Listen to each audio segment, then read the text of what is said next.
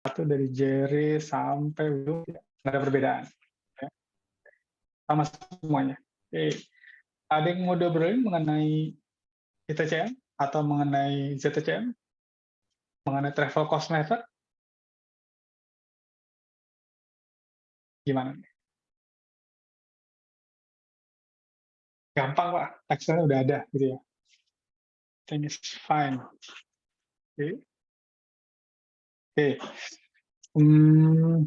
Beberapa komentar sebenarnya. Kalau kita ngomongin travel cost method, gitu ya, itu ada dua asumsi yang memang harus kita ikuti. Untuk teman-teman yang bikin, gitu ya, seperti biasa, pasti saya ngomonginnya data. Datanya menjadi unsur krusial nih kalau kita ngomongin si travel cost method buat KDTL. Nah, dari obrolan kemarin, dari kita ngomongin mengenai pembuatan travel cost method, gitu ya, kira-kira teman-teman menemukan hal yang perlu dikritisi nggak nih dari pengerjaan kemarin? Ya, saya coba share ya. Siapa nih? Yang ada punyanya Anung. Ya, kayaknya sama persis dan ya. Angka-angka di belakang koma hasil regresi juga sama persis. Menurut teman-teman, ada kesulitan mengerjakannya? Gampang? Ada yang mau tanya mengenai hasil yang sudah kalian kerjakan?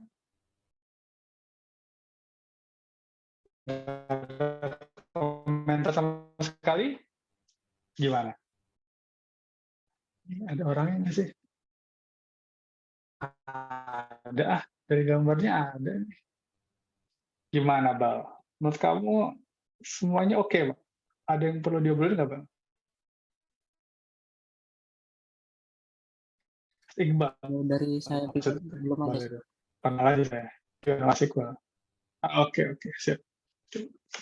Oke, tapi saya gitu ya, di awal pertemuan ini saya pengen teman-teman diskusi nih. Karena menurut saya, ini ada nih yang perlu dikomentari atau dikritisi dari pengerjaan Excel ini. Oke. Dan saya sambil pengen uh, mengajak teman-teman gitu ya untuk ngobrol ya. Kalian kan udah di kantor nih. Di kantor pada ngobrol nggak sih? Di kantor kalian pada ngobrol nggak orang-orangnya? Pada diskusi nggak? Pada diskusi kan? Pada ngobrol kan? Oke. Jadi saya pengen ngajak teman-teman untuk mendiskusikan sekelas ini di Zoom ini ya kira-kira butuh waktu berapa menit kira-kira? 15 menit paling ya. Jadi dari kerjaan Excel kemarin teman-teman itu yang ngomongin individual travel cost method itu ada yang perlu kita kritisi apa enggak? Saya nggak berani merubah Excel tersebut karena saya beranggapan bahwa yang membuat adalah yang lebih ahli gitu ya, yang sudah lebih sering bikin penilaian itu ya. Tapi kok ada yang janggal ya buat saya. Oke, nah mungkin satu pemikiran itu nggak pas gitu ya kalau saya bawa barang-barang ada sekitar 29 orang di sini, kayaknya siapa tahu saya dapat tambahan info nih. Siapa tahu apa yang saya khawatirkan ternyata nggak benar. Ya, jangan-jangan saya parno, gitu ya, paranoid. Ya, takutnya apa yang saya pikirin kayaknya nggak pas. Oke, jadi saya memaksa teman-teman gitu ya untuk berdiskusi. Saya nilai diskusinya, gitu ya, sama kayak di kelas tadi biar pada keluar. Berdiskusi kelas ini membahas tentang pengerjaan Excel kemarin. Coba dicari apa yang kira-kira menurut teman-teman janggal, pas apa enggak. Oke, sebagai clue-nya, kita nggak usah ngomongin tentang regresinya. Oke? Bagaimana atau kenapa mesti regresi, anggap aja udah given.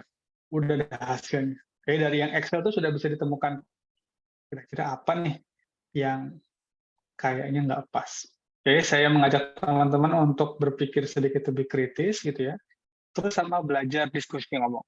Teman-teman nanti di dunia kerja harus ngomong, ya kan? Bukan harus ya. Mau nggak mau pasti akan ikutan ngobrol supaya kelihatan pinter, bukan salah. Supaya pinternya kelihatan maksudnya.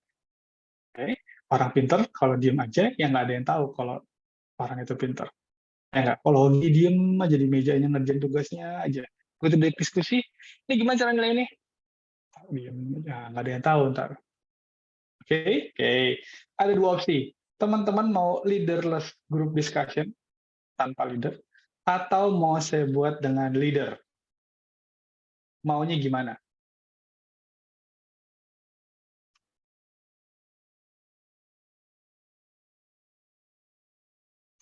Nggak ada? Nggak ada yang punya ide juga?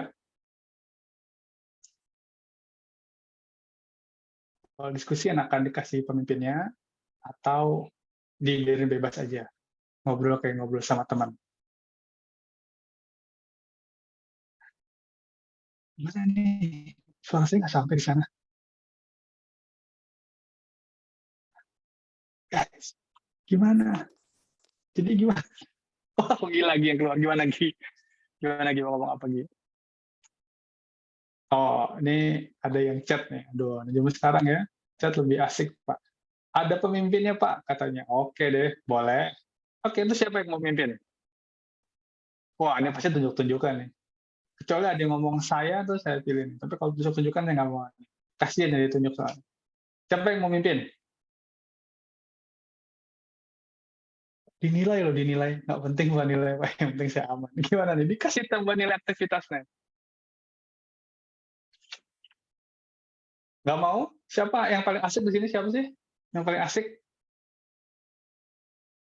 Di grup awas, jangan gua pokoknya gitu ya. Hah? Oke, saya tunjuk ya berarti ya. Kayak kadang nggak ada yang muka. Hmm, siapa ya? Mas itu deh, Mas Surya aja deh. Oke, oke. Coba gitu ya. Kita ngobrol, gitu ya. Bukan kita, teman-teman ngobrol gitu ya. Diskusikan kerjaan kemarin mengenai TCM. Ya. Ada sesuatu yang perlu kita kritisi itu dari Excel itu.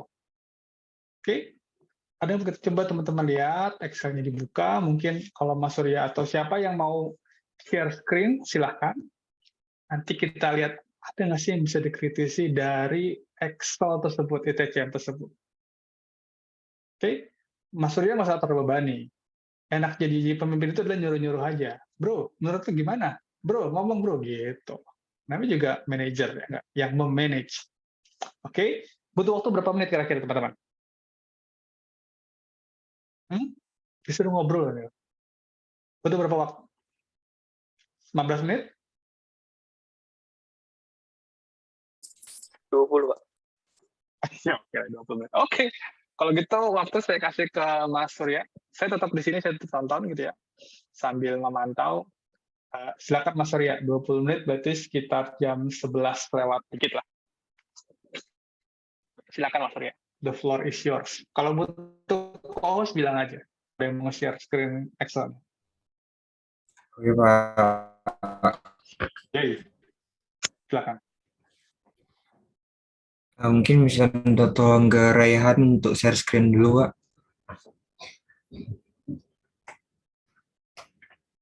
Baik, Mas Surya.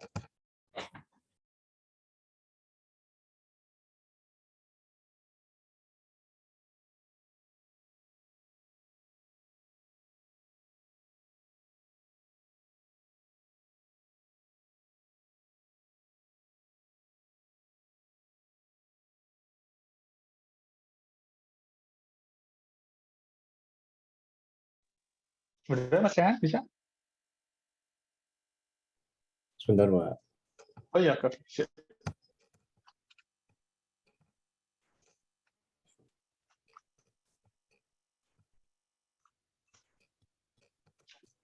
Apakah sudah terlihat, teman-teman? Terlihat, Pak.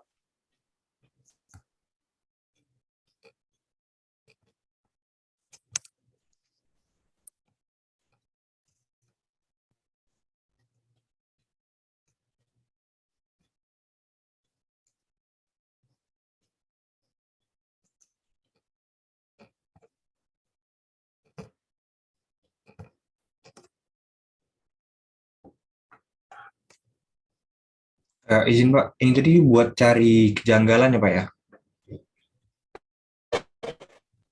Ya, diobrolin aja. Oke, Pak. Kira-kira teman-teman menemukan sesuatu yang perlu dikritisi atau enggak? Mungkin nggak harus janggal ya. Janggal itu kan kesannya negatif banget ya. Ini ada yang perlu dikritisi nggak dari pola pengerjaan ini? Nggak perlu membahas mengenai isi dari, bukan isi ya, teknis regresi gitu ya. Karena kita kan kemarin nggak membahas ya mengenai teknis regresi, apakah turunan-turunannya nggak perlu. Dari Excel ini, dari sini mungkin menurut saya ada beberapa hal yang mungkin bisa diobrolin kok. Oke, silakan. Oke, baik izin teman-teman. Di sini mungkin kita bakal ini aja kali ya. Kita ulang lagi step by step dari awal. Mungkin nanti saya bakal nanya ke teman-teman pendapat dari setiap tahap-tahapan yang kita lakukan.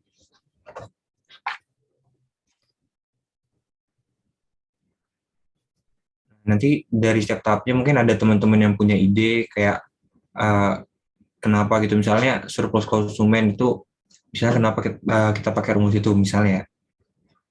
Mungkin kita mulai dari tahap pertamanya dulu. Tahap pertamanya kemarin kan kita melakukan regresi dulu, regresi dari variabel jumlah kunjungan. Nah, kan mungkin bisa ke sheet 3. Nah, ini kan kita udah melakukan hasil regresi ini, terus dapat ada peta satunya. Terus kita tahap berikutnya cari surplus konsumen tiap responden dengan rumus yang V kuadrat itu.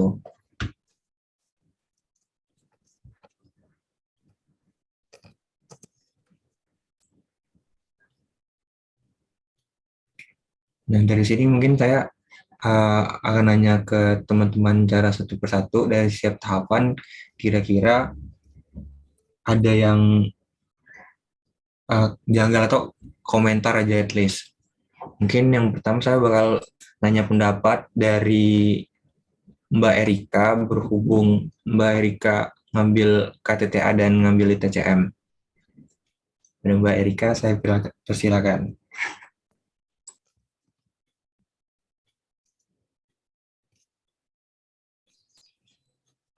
Ntar. Oke. Kalau komentar aja ya mungkin. Mungkin dari aku komentarnya itu yang dari yang diregresi tadi kan ketemunya yang koefisien B1 kan ya. Yang TC.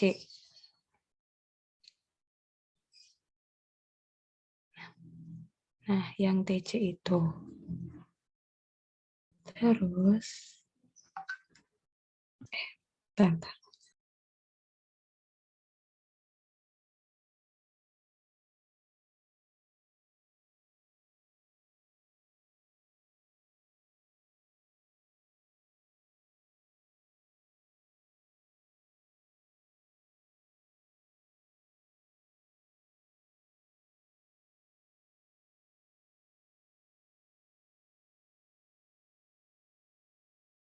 Mungkin selagi Mbak Erika menyiapkan komentar untuk teman-teman yang lain, terus khususnya 26 orang yang lain, mungkin bisa dipersiapkan komentar-komentar lainnya. Siapa tahu bakal saya tanyakan juga pendapat kalian. Terima kasih.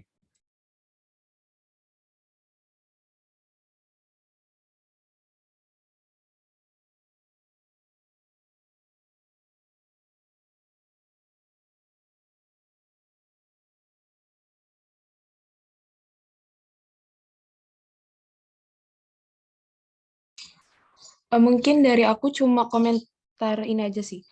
Apa kan surplus konsumen kan ada persamaannya kan ya di bagian yang PPT-nya, yang sama kayak yang di rumus surplus konsumen yang di Excel-nya. Nah, itu semisal pakai grafik gitu kan pasti bisa dilihat dari situ. Nah, mungkin apa harus berpatokan sama rumus yang ada di PPT aja atau bisa pakai misal ada grafiknya gitu terus bisa diambil dari grafik itu atau bakal sama atau bakal beda gitu aja sih. Terima kasih. Oke, terima kasih Mbak Rika atas komentarnya terkait dengan ITCM. Kemudian mungkin saya akan nanya ke Mbak Angel nih, karena dia bilang mau komentar dikit nih secara personal. Mungkin pada Mbak Angel. Mohon izin berpendapat Bapak dan teman-teman, kalau salah ntar mohon koreksinya juga. Jadi itu kan yang mempengaruhi jumlah kunjungan kemarin tuh ada total cost, education, income, sama jarak. Nah itu tuh nggak mempengaruhi faktor-faktor, maksudnya faktor-faktornya tuh bisa terbatas gitu. Ya, kayak pandemi gitu kan, itu kan sebenarnya bisa aja mempengaruhi, cuman cakupannya sangat terbatas. Mungkin itu dari saya. Terima kasih. Mohon koreksinya.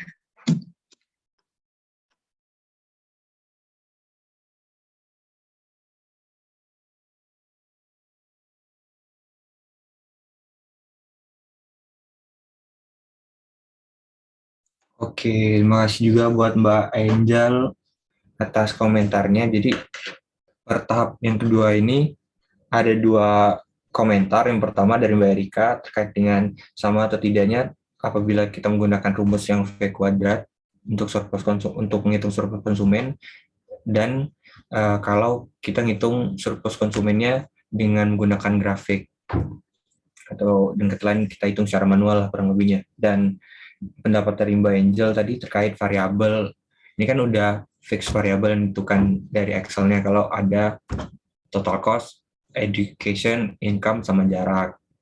Mungkin maksudnya untuk menambahkan variabel-variabel lain yang mungkin berpengaruh signifikan. Kemudian Bang Rehan bisa lanjut ke tahap berikutnya. Tahap berikutnya setelah kita ngitung surplus konsumen tiap responden dengan rumus V kuadrat, kita hitung rata-rata dari surplus konsumennya. Terus yang tahap keempat, kita hitung rata-rata surplus konsumen per total jumlah kunjungan semua responden. Dan nanti langsung di tahap terakhir, kita langsung hitung nilai ekonomi, yaitu dari rata-rata surplus konsumen per total jumlah kunjungan semua responden dikalikan dengan 65.300 total kunjungan selama 1 tahun. Mungkin ini kan udah tahap terakhir ya. Nah, mungkin saya di sini mau nanya pendapat Mas Pugu juga pertama karena dia ngambil TCM KTTA-nya PSDA. Mungkin pada Mas Pugu, saya persilakan.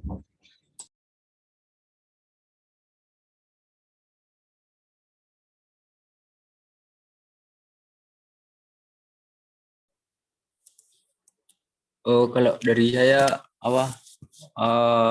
mau tanya aja mengenai dari teknis education-nya itu kan ada 18, 19, 11 kayak gitu. Nah, itu tuh masih bingung aja cara ininya kalau diukur misalnya SD 6, SMP 3, SMA 3 kayak gitu tuh kayak agak ada yang beda. Terus yang kedua mau tanya tentang jumlah sampel yang didapat. Kan di tabel itu dapatnya 100 kan dengan total kunjungan selama 1 tahun itu 65.300. Nah, itu mau tanya mengenai sampel yang dipakai itu gimana jumlahnya gitu.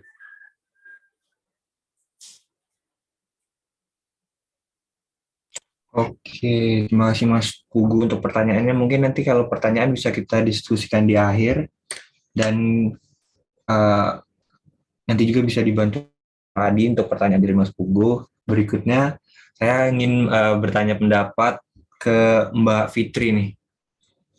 Pada Mbak Fitriana, saya persilakan.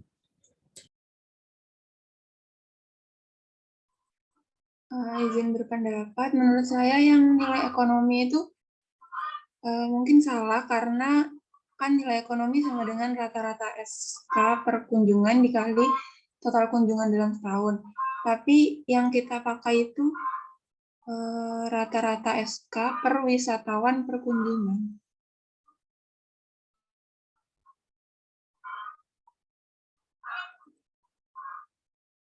Nah, gitu Pak.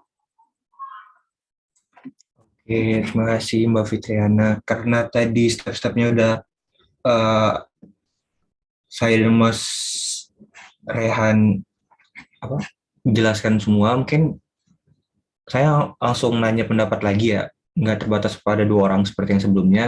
Mungkin berikutnya saya mau menanyakan pendapat kepada Mas Fadlil nih. Mungkin Mas Fadlil bisa diberikan suaranya. Oke, baik. Terima kasih atas kesempatannya.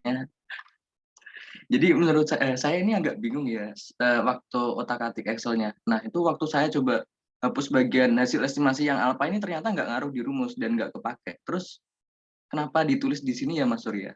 Nah, kalau menurut saya yang janggal di situ. Tapi saya juga kurang yakin apakah itu benar atau tidak. Terima kasih. Mungkin karena jumlahnya 5 kali ya, tanggung ganjil. Kita genapin sampai ke 8 pendapat ya. Mungkin berikutnya kita bakal nanya nih ke yang off-cam nih. Kita masih mau lihat, masih ada nggak sih orangnya di ruangan ini? Langsung pada on-cam nih ceritanya. Mungkin yang baru saya lihat baru on-cam nih, Mas Hogi, boleh nih utarakan pendapatnya.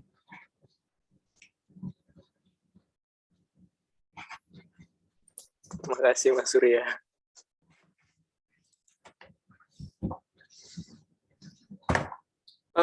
Kayaknya udah disebutin sama kawan-kawan sih tadi. Cuman yang jadi pertanyaan dari kemarin ngerjain itu mungkin rumus surplus konsumen. Kayak rumusnya kan given tuh ya. Tapi rumus ini susah untuk dimengerti kenapa bisa jadi rumusnya itu visit kuadrat per minus 2 dikali dengan beta. Nah, mungkin itu jadi apa sih? Jadi ambigu.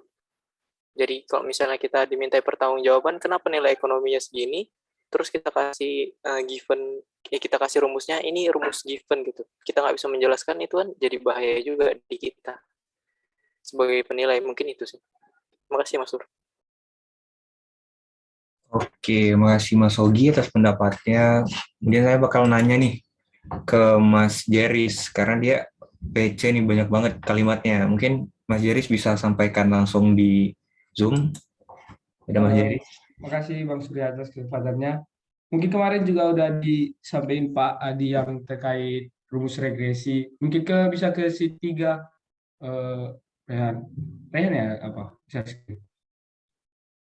Nah itu kan kemarin itu sebelum kita ngerjain soal itu kan regresinya itu ada 2 dibikin Pak Adi nih. Yang pertama itu ketika total cost-nya, education-nya, ya jarak dan satu lagi in sini, ketika dimasukin itu kan R score-nya kan makin besar nih. Tapi ketika kita cuma masukin TC aja itu R score-nya makin kecil. Nah, mungkin yang agak janggal itu ketika kita masukin regresi TC aja pada logikanya kan di rumusnya kan kita cuma pakai TC nih. Nah, kenapa ketika kita cuma pakai TC dan regresinya itu dipakai TC, R square-nya itu kayak makin kecil gitu. Nah, jadi istilahnya kita pakai rumus di alpha sama betanya itu TC, tapi kita masukin di regresinya itu education juga masuk, jarak juga masuk untuk bantu R square-nya. Mungkin itu aja sih Mas Surya.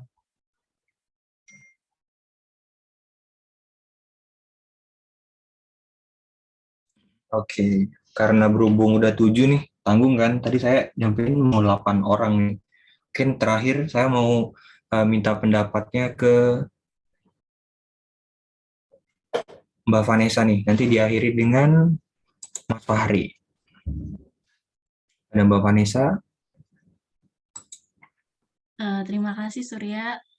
Sejauh yang aku buat juga kayaknya gak ada kendala ya. Jadi aku kurang bisa berkomentar karena emang sama persis juga. Paling tadi yang sama sih kayak Mbak Rica ya kalau nggak salah yang tentang grafik ya tadi. Aku setuju sama pendapatnya Mbak Ica. Terima kasih. Oke, terus terakhir pada Mas Muhammad Fahri bisa disampaikan langsung. Menurut saya data yang di Excel itu agak janggal soalnya jarak yang 3 km sama 110 km itu total cost-nya itu hampir sama, dan juga yang sama jarak yang 80 km itu malah lebih mahal yang 80 meter daripada yang 110 km. Itu. Maaf jika salah. Terima kasih.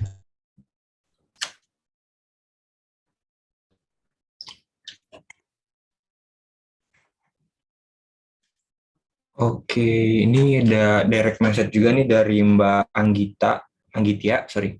Pada Mbak Anggitia mungkin bisa disampaikan juga biar teman-teman yang lain bisa mendengar pendapatnya.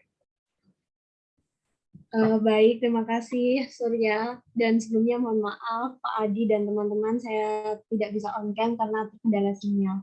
Jadi di sini saya juga sama kayak Udin tadi, janggal di datanya. Kalau saya lihatnya dari sisi income sama total cost-nya. Income-nya itu ada yang cuman 719.000. Nah, sedangkan TC-nya itu sekitar 3 jutaan gitu. Jadi mungkin income-nya ini mungkin ya kemungkinan ada kayak responden yang salah paham gitu apa income-nya tidak per bulan gitu. Soalnya kayak gap-nya itu terlalu jauh gitu, 719, ada yang 27 juta kayak gitu sih. Mungkin itu juga akan pasti mempengaruhi di hasilnya. Sudah sih, terima kasih. Oke, terima kasih para teman-teman. Jadi ada 10 komentar nih terkait proses pengerjaan ITCM untuk materi yang tugas yang minggu lalu kita kerjakan. Mungkin saya bakal bacakan nih 1-10 komentar tadi, dan saya mungkin akan nanyakan ke teman-teman yang belum berkomentar terkait komentar teman-teman yang lainnya. Tadi ada yang 2 orang yang menanyakan sama nggak sih perhitungan ketika kita menggunakan rumus V kuadrat dengan kita ngitung manual grafik. Dan berikutnya ada lagi yang berkomentar tentang data. Ini maksudnya kayak menanyakan nih, datanya tuh kayak nggak berkorelasi antara cost yang dikeluarkan dengan income yang diperoleh, ataupun dari jarak itu terhadap total cost-nya tidak sesuai dengan teorinya. Kan kalau dari teorinya kita ketahui itu kalau misalnya semakin dekat jarak harusnya total cost yang dikeluarkan itu semakin dikit. Mungkin itu dari saya pribadi juga memunculkan pertanyaan dari komentar teman-teman ini, sebenarnya total cost itu terdiri dari apa saja? Apakah itu termasuk bensin, kemudian kalau misalnya kita membeli jajanan makanan dan untuk dibawa ke wisata juga termasuk total cost? Mungkin itu juga bisa dipertanyakan. Mungkin yang pertama saya mau menanyakan pendapat dari Mas Gilang terkait dengan perbedaan ini. Kira-kira apa, misalnya mau memberikan komentar asumsi apa yang mungkin yang jadi penyebab terjadinya perbedaan antara total cost dengan jarak ataupun dengan income yang nggak berkorelasi ini. Pada Mas Gilang mungkin bisa diutarakan pendapatnya. Baiklah, terima kasih Mas Surya. Sejujurnya saya masih bingung juga dan setuju sama apa pendapatnya Mas Udin tadi, karena kalau dilihat jarak yang kecil sama yang jarak yang jauh lebih besar itu total cost-nya mirip. Saya masih mikir-mikir Mas, masih belum menemukan alasan mengapa ada kejadian seperti itu. Mungkin bisa ditanyain ke teman-teman yang lain yang sudah menemukan alasannya.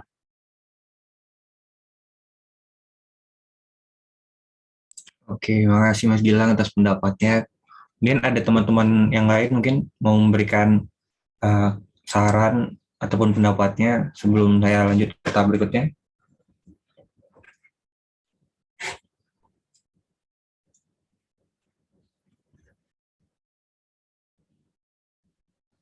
Oke, karena mungkin kayaknya nggak ada, mungkin kita ini boleh langsung ke Bapak nggak Pak, lempar pertanyaannya Pak? Atau emang kami harus dapatkan kesimpulan hasil diskusinya Pak? Silakan lanjutkan aja. Sudah kalau memang masih ada yang, sebenarnya saya pengennya ngobrol ya, tadi agak-agak kaku aja, tapi it's okay. Udah ada yang berapa ngasih komentar, silakan aja. Nggak ada benar atau salah ataupun yang mungkin harus saya jawab kayaknya Mas Surya. Saya cuma pengen memastikan buat teman-teman tuh bisa ngomong.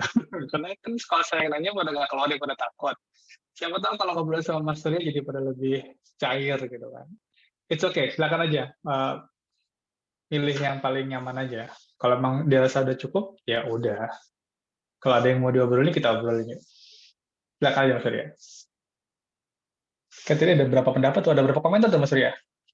Tadi kalau saya lihat 10, Pak. Oke, bisa di garis besarin nggak? Kalau nggak salah tadi pertama ngomongin mengenai data, gitu ya? Ya, Pak. Ya, oke, data memang ada beberapa yang outlier, gitu ya.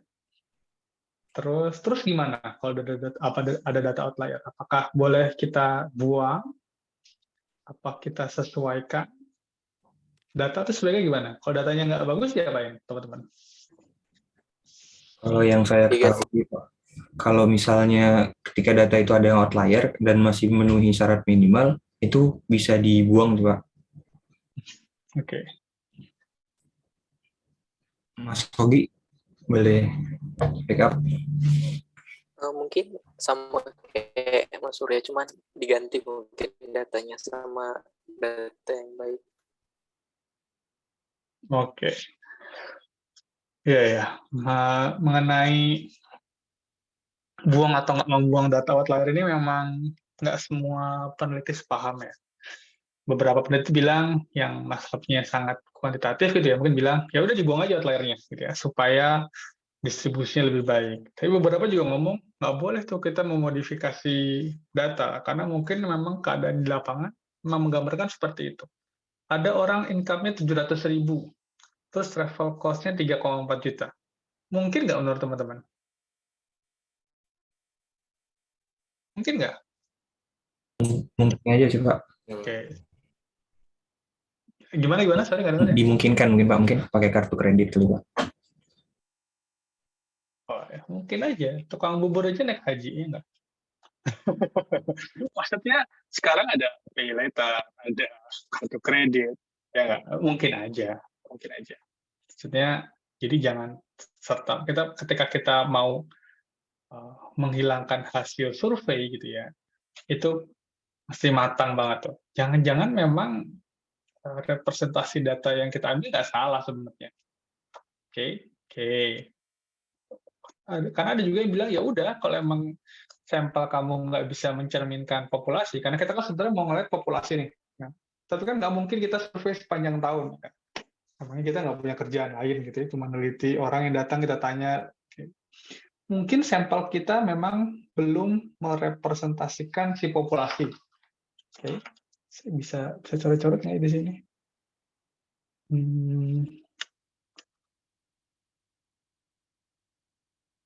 View option, annotate. Nah, misalnya ini adalah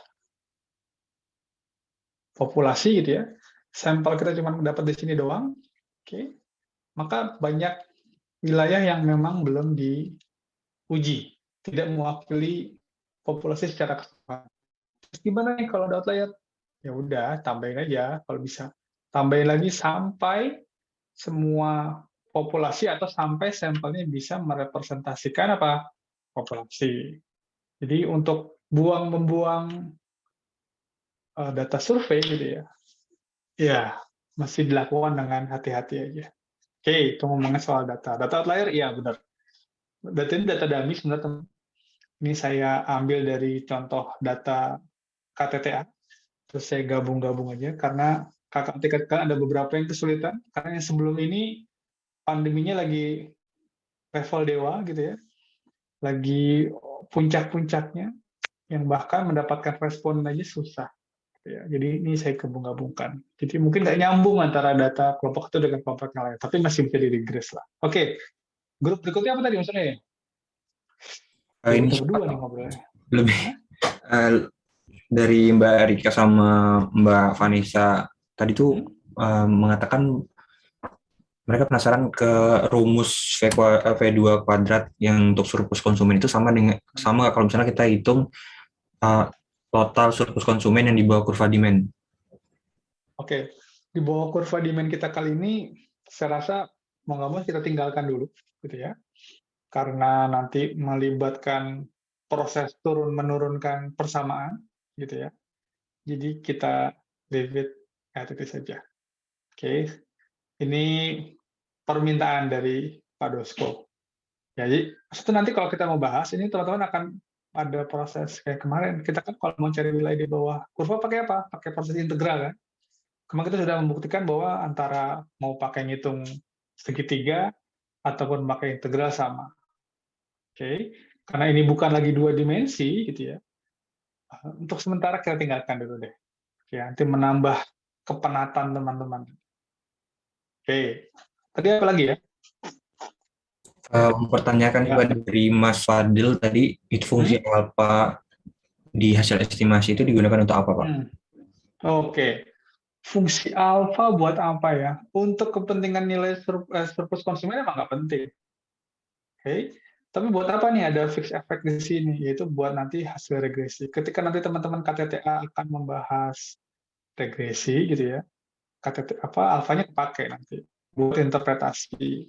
Karena sama nih, betanya edu, betanya pendidikan, betanya income, betanya jarak, itu kan juga nggak kepake nih untuk hitung surplus konsumen, ya kan? Tapi nanti kepake untuk tambahan analisis buat teman-teman yang KTTA. Tapi ngomong-ngomong, kenapa kita berdua yang ngobrol sekarang, maksudnya ya? Oke.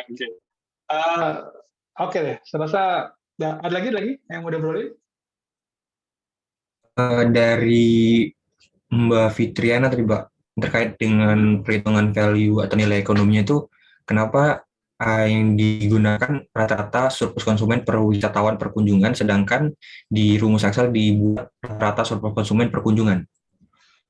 Oke, kenapa ya kira-kira? Yang benar yang mana kira-kira? Nah, ini mungkin bisa kita obrolin. Yang benar yang mana kira-kira gimana? Rata-rata surplus konsumen per wisatawan per kunjungan? Apa rata-rata surplus konsumen per kunjungan? Nah, teman-teman, yang kita kalikan apa tuh? Kita kalikan dengan total kunjungan ya? Ya enggak? Oke. Konsepnya adalah total surplus konsumen selama setahun itu sama dengan total economic value-nya. Oke, jadi rumus ini sudah benar. Nilai ekonomi sama dengan rata-rata surplus konsumen per kunjungan dikali total kunjungan real selama setahun. Oke. Kan teman-teman, selanjutnya teman-teman. Kalau kita mau cari rata-rata surplus konsumen per kunjungan, cara nyarinya gimana?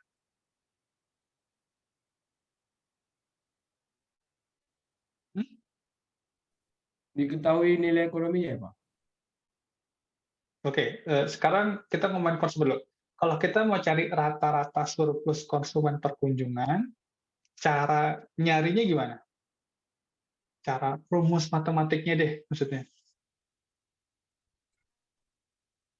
Total surplus konsumen dibagi total kunjungan ya, Pak? Oke.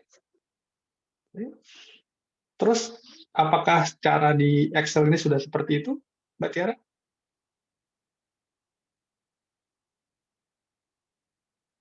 Gimana? Di Excel ini caranya seperti itu nggak?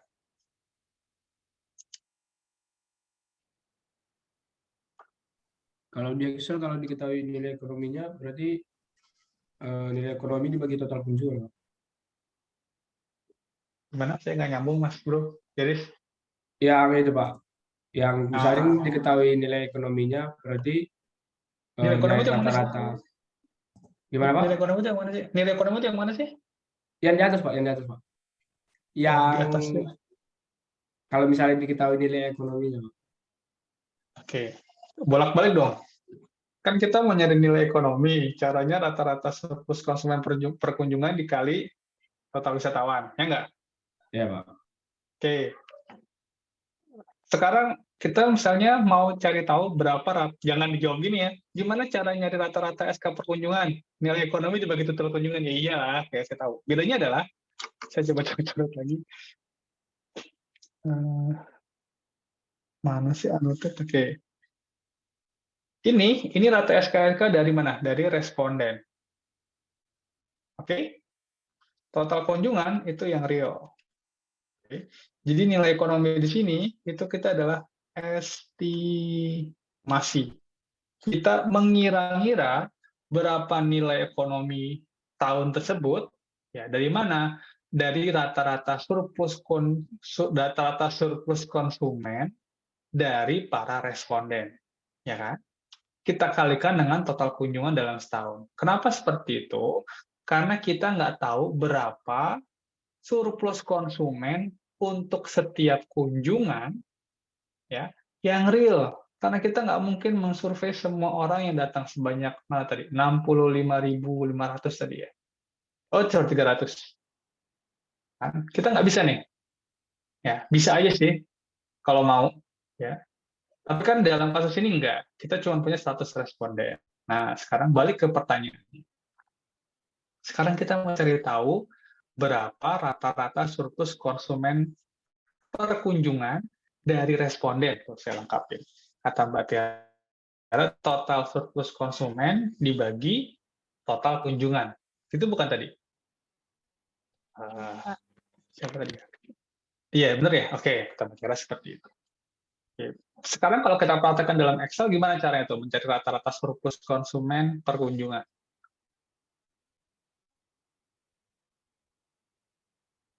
Gimana caranya? Oke, saya kasih analogi deh, ya.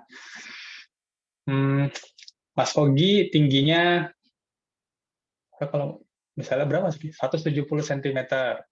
Saya 180 cm. Mas Fadil 150 cm. Mas Puguh 170 cm. Mbak Fitri 160 cm. Itu cara nyari rata-rata tingginya gimana, teman-teman?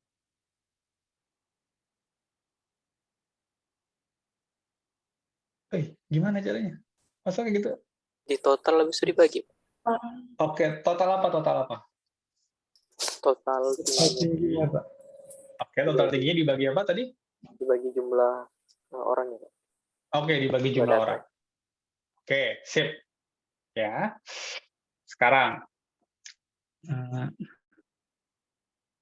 Mas Ogi gitu ya. Tadi kalau saya pakai contoh di kelas sebelumnya, itu sehari 3 kali makan. Ya. Uang yang dia keluarkan 50.000. Oke. Si Adi 2 kali makan. Ngeluarin uang 30.000. Oke. Mas Jeris 2 kali makan, tapi dia ngeluarin 500.000. Ya, dia crazy rich soalnya. Oke. Kemudian ada Mas Rehan, dia 1 kali makan, dia ngeluarin uang 30.000. Oke. Ada Mbak Angela, dia 2 kali makan sekitar 70.000 lah. Oke.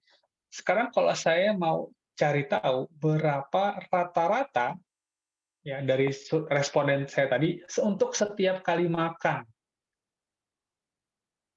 Oke, gimana caranya?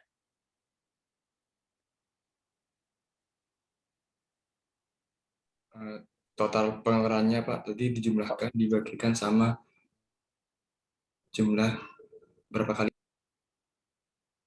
Sorry, keputusan terakhir, total uang yang dikeluarkan dibagi dengan jumlah makan setiap orangnya, Pak. Dijumlahin berapa kali makan, gitu kan? Iya, Pak. Oke. Analogi seperti itu. Nah, sekarang kita punya surplus konsumen setiap responden. Yang kita perlukan adalah rata-rata surplus konsumen per kunjungan. Kita udah dikasih clue sama Mbak Tiara, bahwa kalau kita mau tahu rata-rata surplus konsumen per kunjungan, itu caranya adalah total surplus konsumen dibagi total kunjungan. Sekarang kalau di Excel caranya gimana tuh? Kita udah punya datanya semuanya. Maka caranya adalah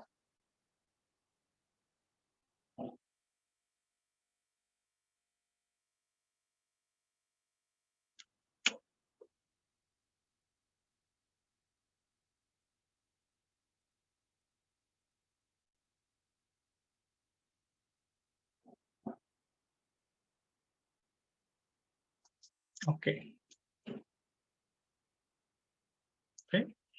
Ini adalah total rata-rata rata-rata surplus konsumen per kunjungan. Oke. Berbeda dengan konsep 378078 yang ada di Excel. Oke. saya nggak bisa bilang bahwa pola pengerjaan yang kemarin kita bahas itu salah. Ya, saya nggak pede juga ngomong kayak gitu teman-teman. Kayak yang ngasih udah lebih pakar daripada saya, lebih expert. Ya, cuma nggak masuk akal aja di saya. Kalau tadi kata Mbak Fitri tadi katanya nilai ekonomi rata-rata SK perkunjungan. Oke. Bagaimana dengan rumus yang 378078 ini? Ini menurut saya lebih absurd lagi. Setelah kita dapat rata-ratanya, oke, poin nomor G16 ini kan rata-rata dari surplus konsumen, ya enggak? Udah dapat rata-ratanya, kita bagi lagi dengan total kunjungan per tahun. Oke, jadi udah kita jumlah, dirata-ratain, dibagi total kunjungan per tahun. Ya menurut saya itu agak sedikit absurd. Terutama dengan konsep yang ada di atas. Nilai ekonomi sama dengan rata-rata SK per kunjungan dikali total kunjungan. Ya kan? Yang kita kalikan kan total kunjungan. Maka saya rasa, menurut saya sih ya, versi saya, harusnya rata-rata surplus konsumen perkunjungannya disesuaikan. Oke. Mungkin puyeng ya? Padahal cuma kata-kata doang sebenarnya nih. Ya, karena saya begitu ngerjain Excel-nya agak bingung gitu kan. Ini kenapa udah dirata-ratain terus dibagi lagi sebenarnya. Oke. Cuman saya menunggu. Ya, siapa tahu teman-teman kalau udah ngerjain menemukan hal yang sama kayak saya. Saya bingung nih. Cuma saya nggak berani nyalain. Oke, jujur saya nggak berani menyalahkan.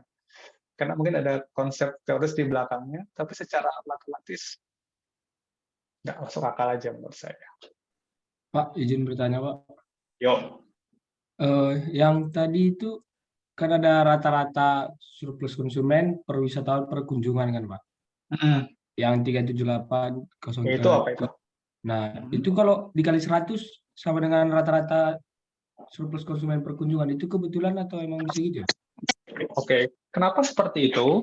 Karena sebenarnya ketika angka 69566 ini dibagi dengan 184 gitu ya, itu kan sudah total kunjungan, Mas Yeris. Total kunjungan dari semua responden.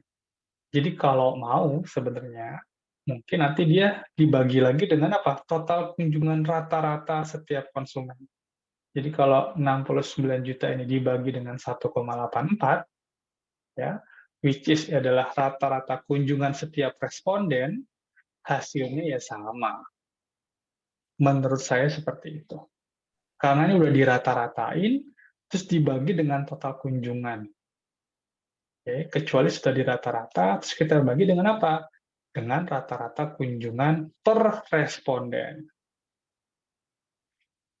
Ya, oke. Tapi sekali lagi, versi saya.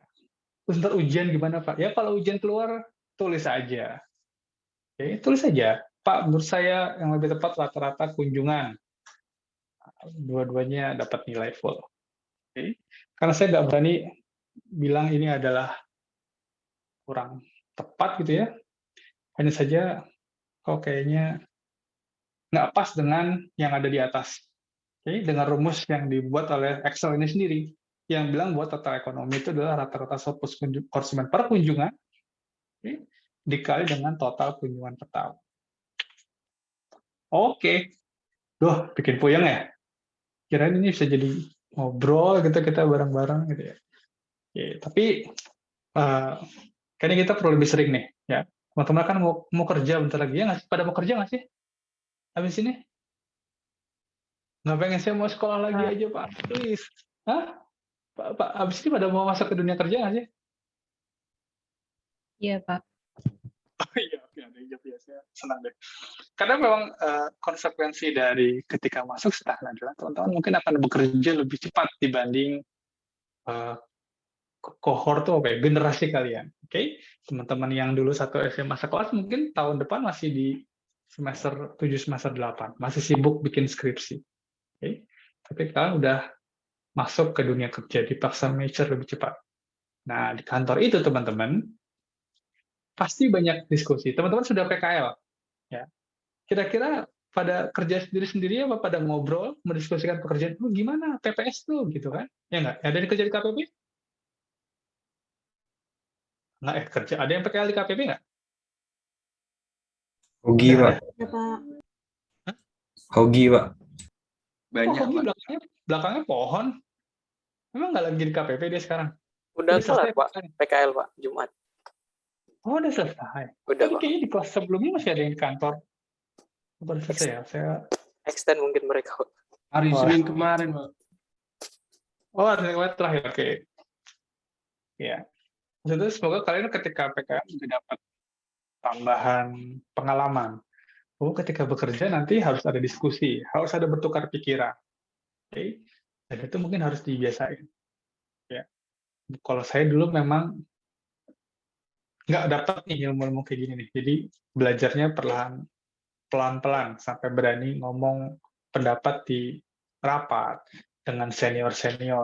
Padahal ekspektasi senior-senior gitu ya, nih, masih fresh graduate nih, masih inget sama ilmu-ilmu nih, langsung ditanyain. Terus kalian bilang, nggak tahu, wah itu berat juga. Dunia kerja di depan mata teman-teman. Kapan nih? Tinggal berapa bulan lagi lulus nih?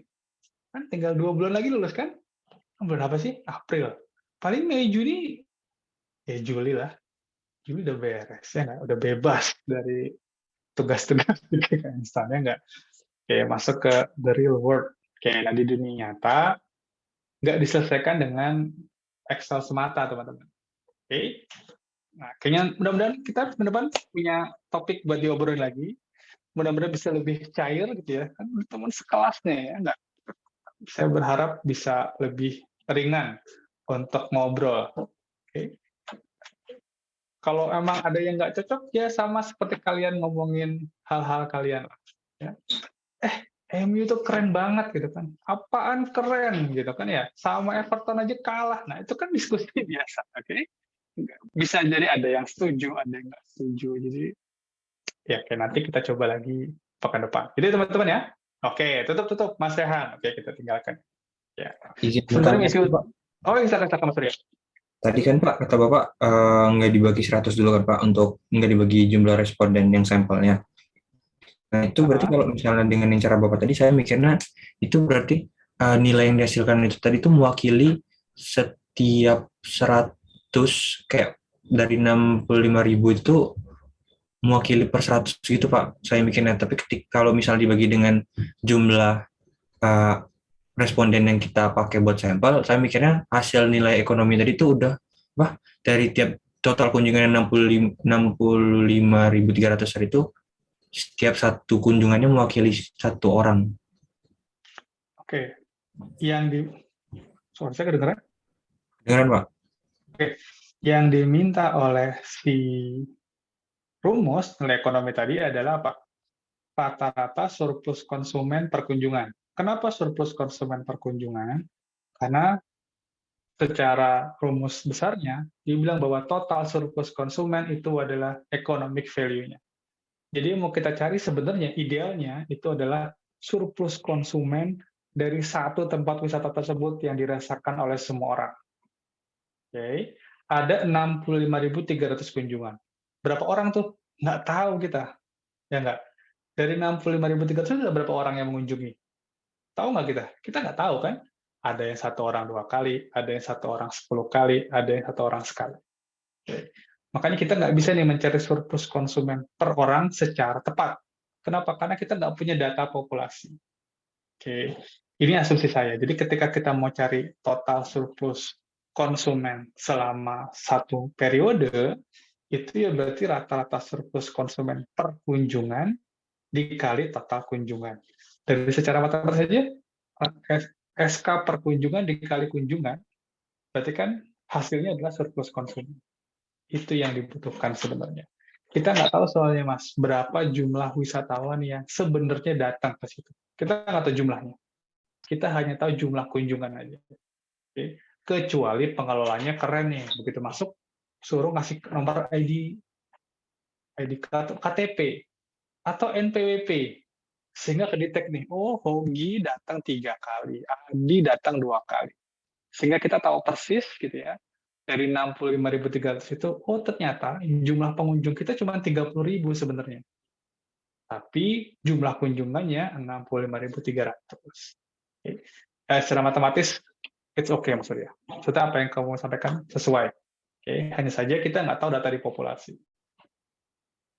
Oke. Sip lah. Udah mulai rame. Sip. Perlu break nggak? Kita jam berapa sih? Perlu Jam Pak, setengah water 12. break. Water break ya. Kita harusnya jam 12 doang ya kuliahnya. Sampai jam berapa sih kuliahnya? Sampai jam 1 Pak. Masa? 1 ya? Oke deh. Kalau puasa nggak berkurang ya jam kuliahnya? Bisa dikurangi sendiri sih Pak. Tinggal Tergantung stop. kita, Pak. Oke, kita mau ngomongin HPM sih. Oke, nggak masalah. Oke, kita break dulu. Makasih Mbak Tri udah ngasih roti-rotinya itu. Duh, sungguh bikin senang ya ngeliat situ ya. Oke, nanti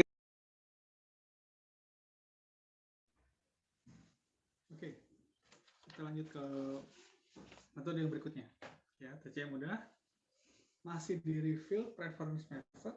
Berikutnya ada hedonic price method atau disingkat dengan HPM. Oke, ada beberapa outline yang seperti biasa mungkin saya nggak akan nurut-nurut banget sama. Oke, izin passwordnya.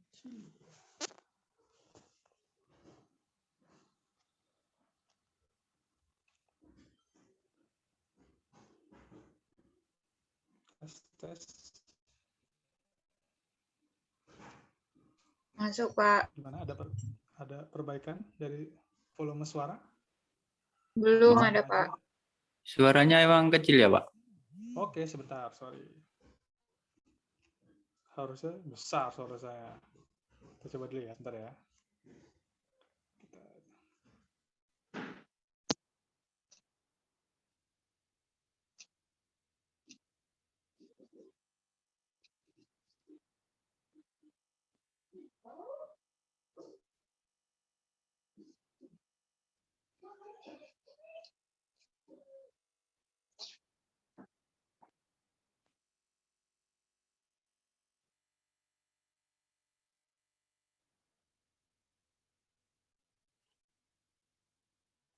S sama aja.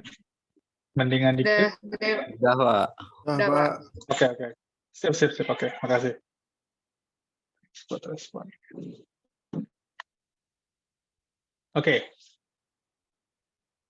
Outline yang akan kita bahas pada pertemuan kali ini. Sekarang, konsep hedonic price method katanya. Oke. Hedonic. Apa teman-teman hedonic itu, teman-teman? Teman-teman tuh hedonic apa? Googling. Kesenangan, Pak, bahasa Yunani. Apa artinya? Kesenangan, Pak. Kesenangan. Ada yang lain mungkin dapat translatean yang lain? Hedonic.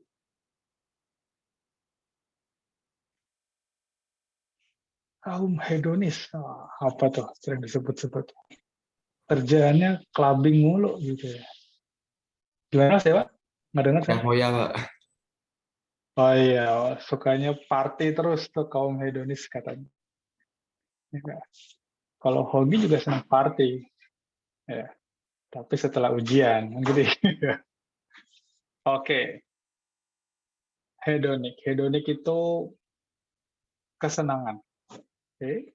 Jadi ketika kita ngomongin hedonic pricing method gitu ya, kita coba untuk mempricingkan hedonic. Kita akan coba menilai berapa sih harga dari kesenangan. Kesenangan apa? Karena kita ngomongin penilaian SDA, maka kita akan melihat bagaimana jasa lingkungan memberikan kesenangan buat manusia. Oke? Kita mau menilai berapa besar sih kesenangan itu. Oke? Nah, sebetulnya itu udah menjawab tuh. Konsep hedonic dengan berapa 30 slide yang disediakan udah terjawab. Yang dimaksud dengan hedonic pricing method itu hanyalah sebuah metode untuk menilai kesenangan yang diberikan oleh lingkungan. Oke? Sip? Oke, lanjut. Kita lihat sekarang kata-katanya seperti apa yang ada di slide. HPM ya, itu didasarkan pada ide bahwa semua barang yang diperdagangkan itu terdiri dari beberapa bagian. Oke? Beberapa bagian itu akan dinilai sesuai dengan kontribusinya. Oke. Apakah HPM pasti buat nilai SDA? Oh, enggak juga. Sekarang kita lihat iPhone 12 Pro Max lagi. Oh, berarti iPhone 12 itu ada yang nggak Pro ya? Dan ada yang nggak Max gitu ya? Ada Pro Min kah? Atau Pro rata-rata? Saya nggak tahu. Berapa harganya iPhone ini? 10 juta? 20-an Pak tahun itu kayaknya.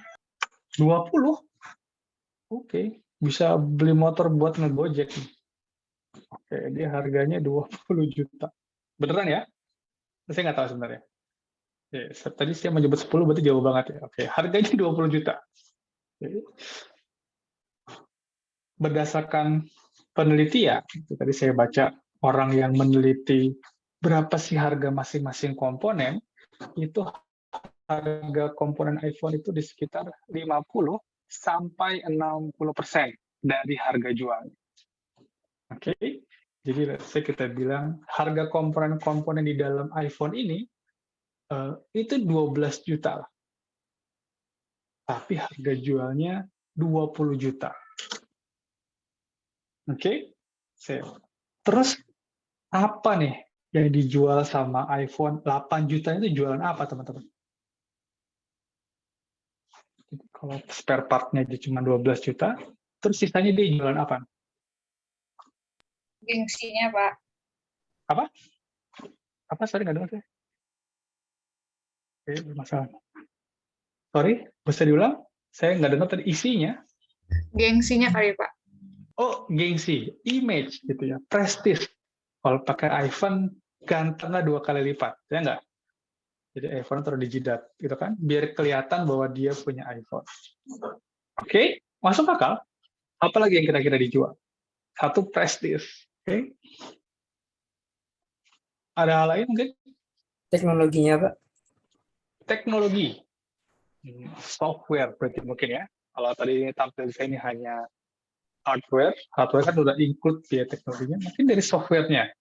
iOS tuh lebih mulus Pak, ya, lebih lancar, tidak ada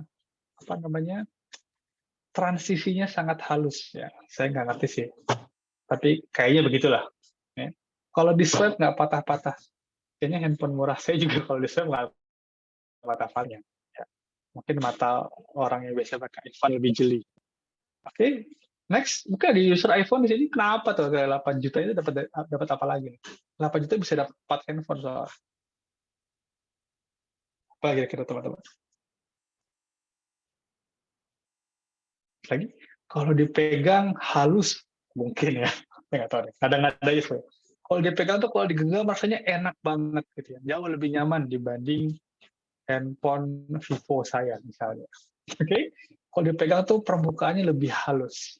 Yaitu part of itu, tapi dia kenyamanan saat memakai. Kalau ditaruh di kuping itu rasanya nyaman. Banyak hal lain gitu ya, yang masih bisa kita pecah-pecah dari handphone. Jadi hedonic pricing method itu bilang bahwa satu unit barang atau satu unit yang akan kita nilai itu punya berbagai komponen. Dan komponen itu bisa kita nilai masing-masing teman-teman. Sama kayak nanti kita mau ngomong tentang sumber daya alam. Oke, satu, dia ngomongin mengenai menilai kenyamanan, kesenangan yang kita peroleh. Ya. Caranya gimana? Kita breakdown nih. Semua komponennya kita pecah-pecah satu. Oke, lanjut.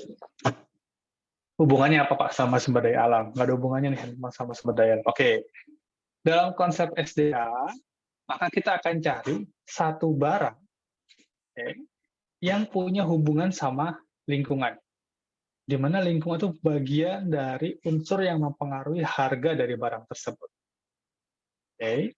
Dan yang paling mungkin dan paling mudah, ya, suatu barang yang diperjualbelikan dan ada hubungannya dengan sumber daya alam, itu adalah harga properti.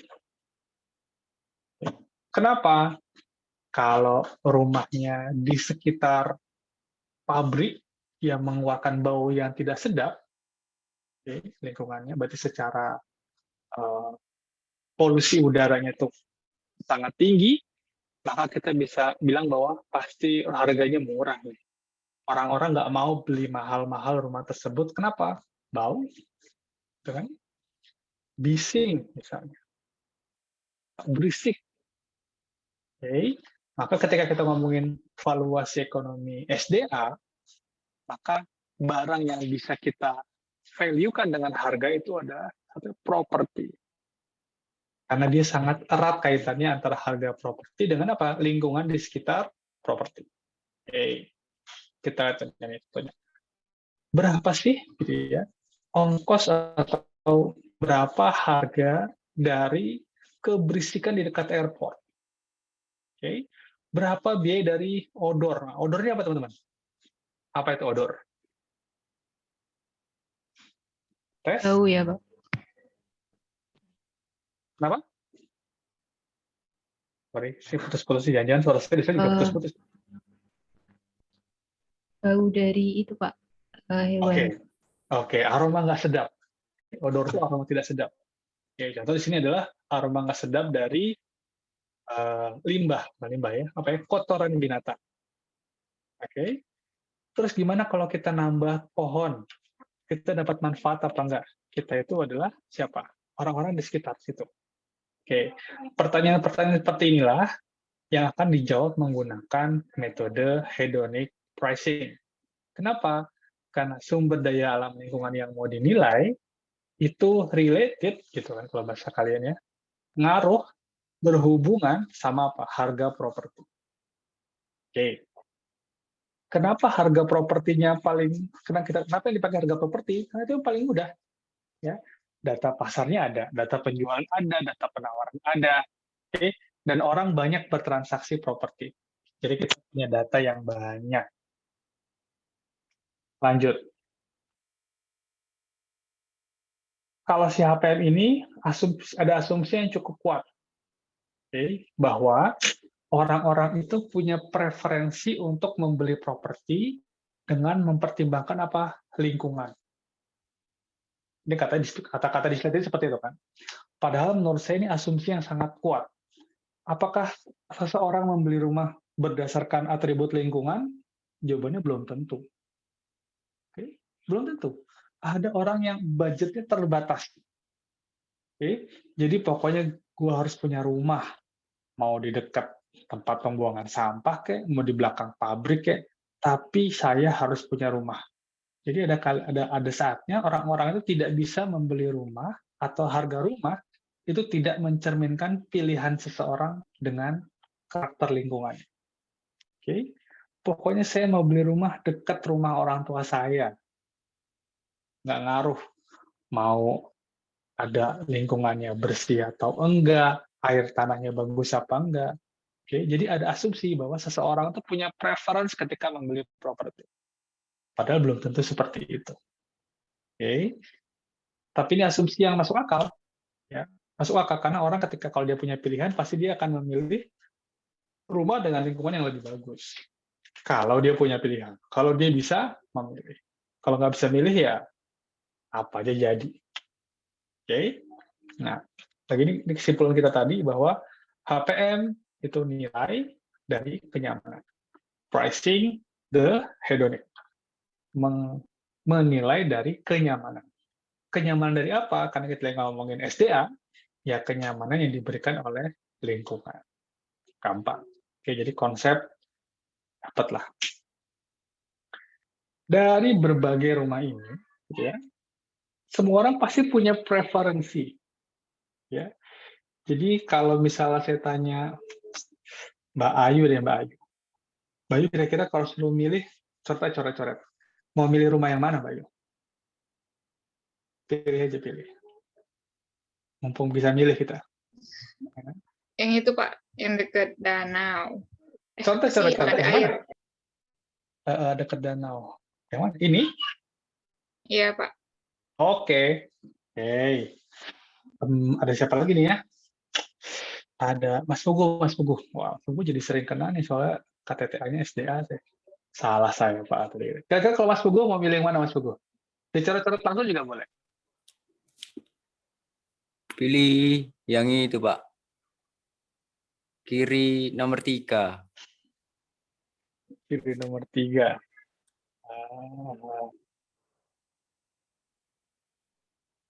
Ini bukan, Pak. Yang bawah, Pak. Oke.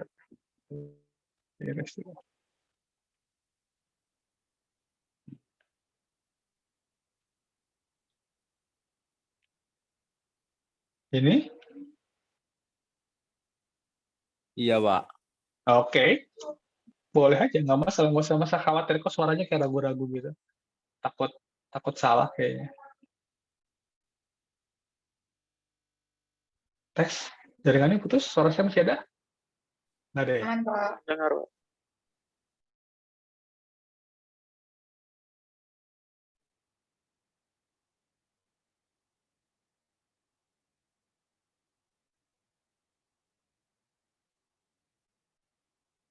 Tes teman-teman. Nyambung lagi suaranya? Nyambung, Pak. Nyambung, Pak. Oh iya, oke. Sorry. Sering ada notif internet is unstable soal di sisi saya. Satu lagi, siapa nih mau milih nih? Mumpung boleh milih nih teman-teman. Wah, pada gelap semua. Yang terang aja deh. Mas, apa sih tadi ya? Dewa deh. Yang mana, Wak? Pilih yang mana, Wak?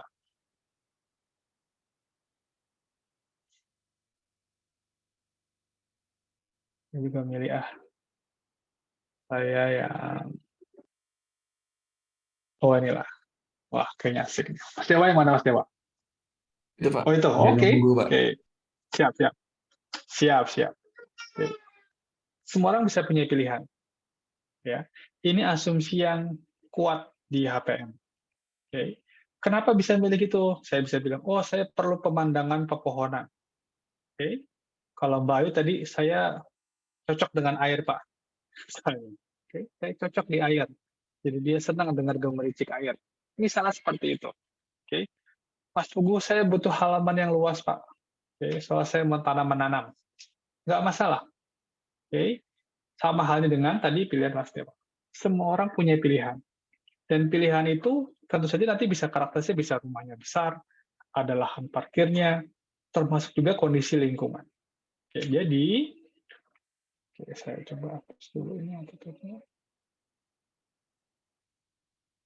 Ketika seseorang mempertimbangkan untuk membeli properti, maka kira-kira apa ya teman-teman yang dipertimbangkan? Satu, misalnya, tadi ukuran. Oke, size-nya. Saya sukanya yang besar. Wah, saya sukanya pas-pasan, Pak, supaya ngepelnya nggak terlalu capek. Misalnya seperti itu. Oke, kira-kira apa lagi pertimbangan teman-teman? Kalau kalian mau beli rumah, apa yang kalian pertimbangkan? Saya cari pasangannya dulu, Pak. Hah? Oh, lingkungan. Oke, lingkungan itu maksudnya apa nih? Kayak kalau misalnya kayak yang di kendaraan tadi bisa aja banyak nyamuk, Pak, atau di jalan raya ribut. Oke. Lokasi berarti. Kalau dari bayangan tadi saya udah bayangin lokasi. Kalau dekat jalan raya sama dekat kali. Oke, lokasi. Di mana? Di tengah jalan? Kan nggak mungkin ya. Di pinggir jalan maksud saya. Apakah di pinggir danau? Di sepanjang bantaran kali? Oke, lokasinya. Apalagi teman-teman? Kamu udah belajar penilaian properti residensial kan? Aksesabilitas, Pak. Oke, akses. Dekat sama sekolah nggak? Dekat sama rumah sakit nggak?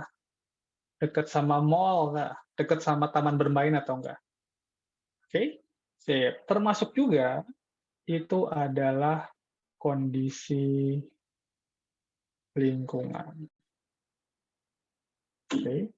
Jadi pertimbangan-pertimbangan inilah orang untuk membeli rumah, dan harga akan terpengaruh oleh kondisi-kondisi ukuran, lokasi, akses, dan kondisi lingkungan. Nah, kita di hedonic pricing method akan berusaha untuk mengkoneksikan ini ke harga rumah. Oke. Ini ada penjelasannya. Kalau secara sekilas tadi udah kita obrolin. Katanya, metode HPM itu didasarkan pada perbedaan harga sewa lahan atau harga sewa rumah. Oke. Asumsinya apa? Dengan adanya perbedaan kualitas lingkungan. Lingkungannya semakin bagus, logikanya gitu atau ekspektasinya adalah harganya makin mahal. Oke. Perbedaannya tersebut dinyatakan sebagai harga kualitas lingkungan. Jadi kalau ada rumah yang sama persis, tipenya sama, tanahnya sama, misalnya, yang satu itu di belakang pabrik, yang satu itu di pegunungan. Oh, nggak apple to apple ya. Oke. Tapi kita bisa mengasumsikan atau kita bisa membayangkan bahwa harga rumah di kaki gunung itu lebih nyaman. Ya. Anggap yang punya rumah di kaki gunung itu kerjanya dekat di situ. Dia punya usaha Indomaret, nah misalnya. Dia nggak perlu ke kantor nih, nggak perlu naik motor sampai ke pusat kota. Oke. Maka sudah tentu gitu ya, kita bilang bahwa kondisi lingkungan atau kondisi udara tersebut akan memberikan harga positif tambahan buat si pemilik rumah. Oke. Jadi kita akan lihat gimana hubungan antara kondisi udara, kondisi suara, kondisi air tanah, dan yang lain-lain dihubungkan dengan harga rumah. Oke. Dengan catatan bahwa kita mempertimbangkan bahwa si individu itu memiliki preferensi terhadap kualitas lingkungan. Kenapa saya bilang asumsi? Tadi saya katakan, tidak semua orang membeli rumah mempertimbangkan kualitas lingkungan, teman-teman. Oke, tidak semuanya. Oke. Ada orang yang penting ketemu, atau saya udah gede di situ, apa-apa. Ada orang yang takut dengan tahayul. Okay. Tapi orang lain beli rumah di sebelah kuburan, soalnya tenang. Okay. Jadi beda-beda. Okay. Nah, kita bilang bahwa di hedonic pricing method ini semua orang itu asumsinya adalah dia care, dia aware sama kondisi lingkungan. Supaya apa? Supaya kita bisa bilang bahwa harga rumah dipengaruhi oleh lingkungan. Meskipun nggak selalu seperti itu. Oke.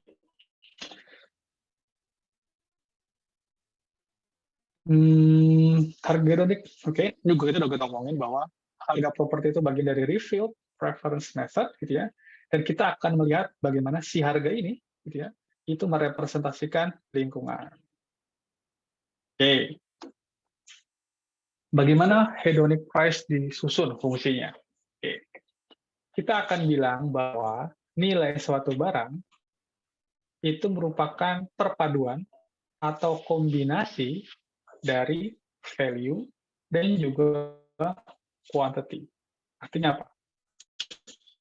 Kalau atribut satu itu value-nya tinggi dan kuantitinya banyak, maka dia akan semakin tinggi nilainya. Contoh, atribut satu itu misalnya adalah luas.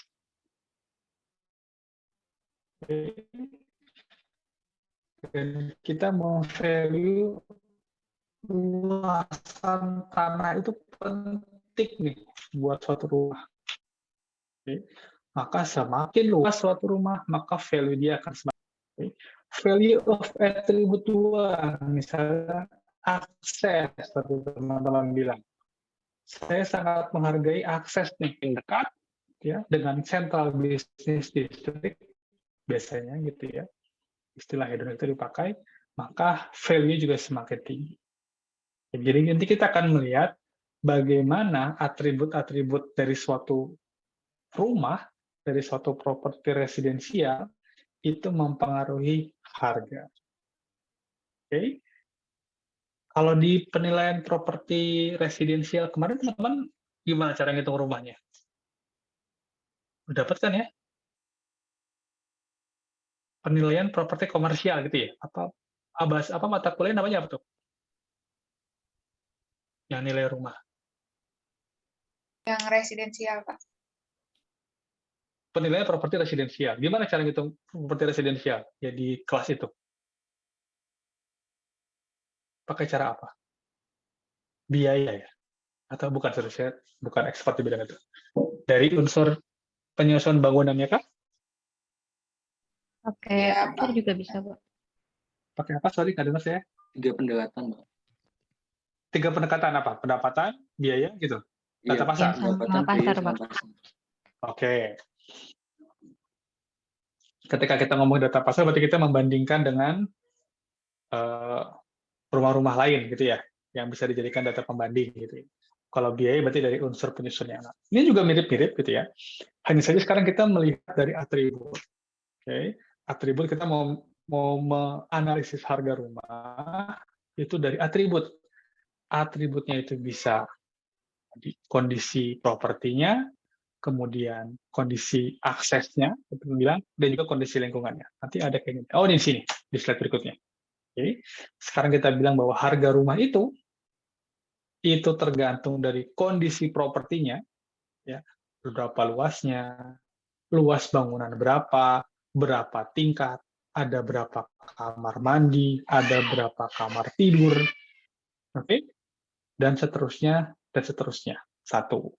Yang kedua, kita bilang karakteristik lingkungan sekitar, surrounding-nya.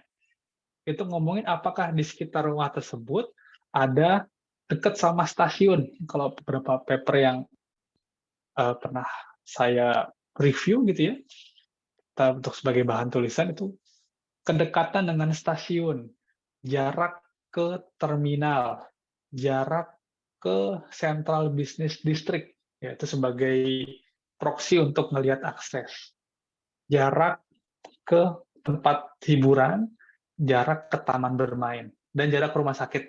Jadi udah banyak nih, ya kalau ketika kita ngomongin mengenai akses.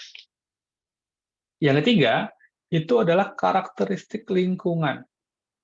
Nah, ini yang baru nih, ini yang mau kita hitung untuk sumber daya alam lingkungan. Oke, ini variable of interest kita dalam hal penilaian sumber daya alam. Kita akan menilai bagaimana kualitas udaranya, okay, bagaimana kualitas airnya, air tanahnya gimana, apakah pakai pump atau air tanah. Ada orang yang nggak mau pakai air pump, maunya pakai air tanah, pompa, jet pump itu ya. Oke, bagaimana dengan kondisi polusinya, dekat sama pabrik apa enggak? Oke, dekat jalan raya apa enggak? Jalan raya itu bagus, aksesnya mudah, tapi akibat negatif udara, macet, saling mempengaruhi. Ada yang positif, ada yang negatif. Oke, dan seterusnya. Saya nggak tahu nih RTH ini apa ya. Sorry, saya nggak tahu. Oke, jadi terbuka hijau gitu. Oke, luar biasa Mas Logi. Ya, luar biasa. RTH, saya tanya Rohmat Taufik Hidayat, nama salah satu dosen di PKN. Singkatannya Pak RTH. Oke. Sip, lanjut. Nah, untuk fungsi hedonic price, kok mau fungsi lagi? Ya, ini hanya menunjukkan hubungan antara environment sama price. Sekarang kita lihat nih, semakin bagus kualitas dari lingkungan, udara, tadi ada akses, kemudian ada tadi jenis karakter bangunannya, gitu ya. Semakin bagus, okay, maka harganya juga semakin mahal. Tapi kurvanya itu diminishing. Nah, kalau di makro waktu itu ada diminishing diminishing rate of returns. Okay. Diminishing returns. Maksudnya apa? Ketika seseorang punya kualitas punya view yang bagus, dia punya taman di depannya, seluas 2 meter persegi. Wah, luas banget tuh 2 meter persegi. Lumayan, bisa ditaruh pot-pot banyak lah. Itu udah oke banget menurut dia. Okay. Kalau kita tambahin jadi 5 meter persegi, itu tambah banyak kenikmatan dia. Harganya semakin mahal. Okay. Terus, tapi kalau udah punya 1 hektar, gitu ya, nambah 100 meter persegi, udah nggak kerasa enaknya. Udah nggak kelihatan 1 hektar. Oke, jadi ada diminishing return. Sama kalau kita lagi puasa. Gitu ya. Tegukan pertama tuh enak banget. Wah, seger. Tegukan kedua, ketiga, keempat, ke-17, nah, udah nggak ada tuh. Udah kembung, udah nggak ada rasanya. Oke, jadi memang ada semakin banyak hal yang sama kita peroleh, maka benefit buat kita akan semakin lama semakin sedikit. Sama. Di hedonic price method pun menggunakan konsep atau teori yang sama. Oke, sip, lanjut. Slide ini mau ngomongin kayak gituan. Kualitas lingkungan dari consumer point of view. Oke. HPM juga mengasumsi bahwa kita akan melihat harga rumah itu dari sudut pandang si pembeli. Oke. Ketika kita dari sudut pandang penjual, maka yang dilihat adalah berapa biayanya, berapa profitnya. Tapi kalau dari sisi pembeli, maka pembeli akan berusaha menganalisis harga segitu pantas apa enggak sih? Oke. Dengan asumsi si pembeli ini memang care sama semua hal yang kita mau analisis. Ukuran rumah, bentuk rumah, oke, akses, dan lingkungan. Sekali lagi, variable of interest kita adalah lingkungan. Enggak, oke, mau nggak mau dijelasin ya rumusnya ya. Oke, ketika kita ngomongin fungsi hedonic price, maka kita akan bilang bahwa harga itu merupakan fungsi, oke, dari karakteristik lahan. Ini yang tadi nih, luas tanah, luas bangunan, jumlah kamar mandi, jumlah kamar tidur, apalagi nih, ada berapa lantai. Oke, itu yang kita bilang dengan karakteristik lahan atau karakteristik properti. Berikutnya ada karakteristik lingkungan sekitar. Ini yang kita bilang dengan akses, bahasa gampang. Akses ke kantor, akses ke tempat moda transportasi, akses ke taman hiburan, akses ke mall misalnya, dan seterusnya, dan seterusnya. Terakhir adalah ini ke karakteristik lingkungan. Ada udara, ada suara, ada air, ada traffic, dan seterusnya. Oke. Jadi ketika kita ngomong hedonic pricing method, kita mempertimbangkan ada kondisi propertinya yang mau kita nilai, akses propertinya, oke, dan karakteristik lingkungan. Oke, nanti kita mau cari tahu berapa sih value dari lingkungan ini yang tercermin dalam harga. Oke, gampang kok nanti. Pakai regresi bisa, tapi mungkin di pertemuan kali ini kita nggak masuk ke regresi dulu. Oke, kita bahas regresi di pertemuan pekan depan. Kelebihan kekurangan HPM. Enaknya HPM itu clear. Clear dalam arti kita menggunakan parameter value, parameter harga itu jelas. Karena kita pakai harga rumah. Kenapa harga rumah jelas? Satu, rumahnya banyak. Yang mau beli rumah banyak. Oke, kalau ada transaksi banyak, maka kita punya harga. Oke, kalau kemarin TCM kita bergantung pada kunjungan, maka saat kunjungannya minim gitu ya, maka nggak bisa dilakukan TCM. Kalau rumah gitu ya, saya transaksi rumah ini termasuk transaksi yang nggak mati lah ya. Semakin banyak jumlah orang, maka semakin butuh akomodasi, semakin butuh tempat tinggal. Makanya enaknya HPM adalah karena transaksi rumah itu tersedia, available, maka datanya relatif atau cenderung lebih mudah. Oke, ini secara sekilas saja. Ini ditanya di UTS, nah tinggal nyampe ke halaman ini. Oke, tapi secara sekilas penjelasannya seperti itu. Oke. Kemudian untuk kelemahan HPM gitu ya, di slide ada satu slide yang menurut saya tidak mudah untuk dipahami, tapi dari bahasan kita bisa ambil kesimpulan ini nih. HPM itu cuma bisa menjelaskan lingkungan yang nempel sama rumah. Oke, jadi kita nggak bisa menilai tempat wisata dari HPM. Kita tidak bisa melihat estimasi nilai dari hutan lindung dari HPM. Kenapa? Karena jauh hutan lindung sama rumah. Oke, nggak ada direct value-nya ke rumah.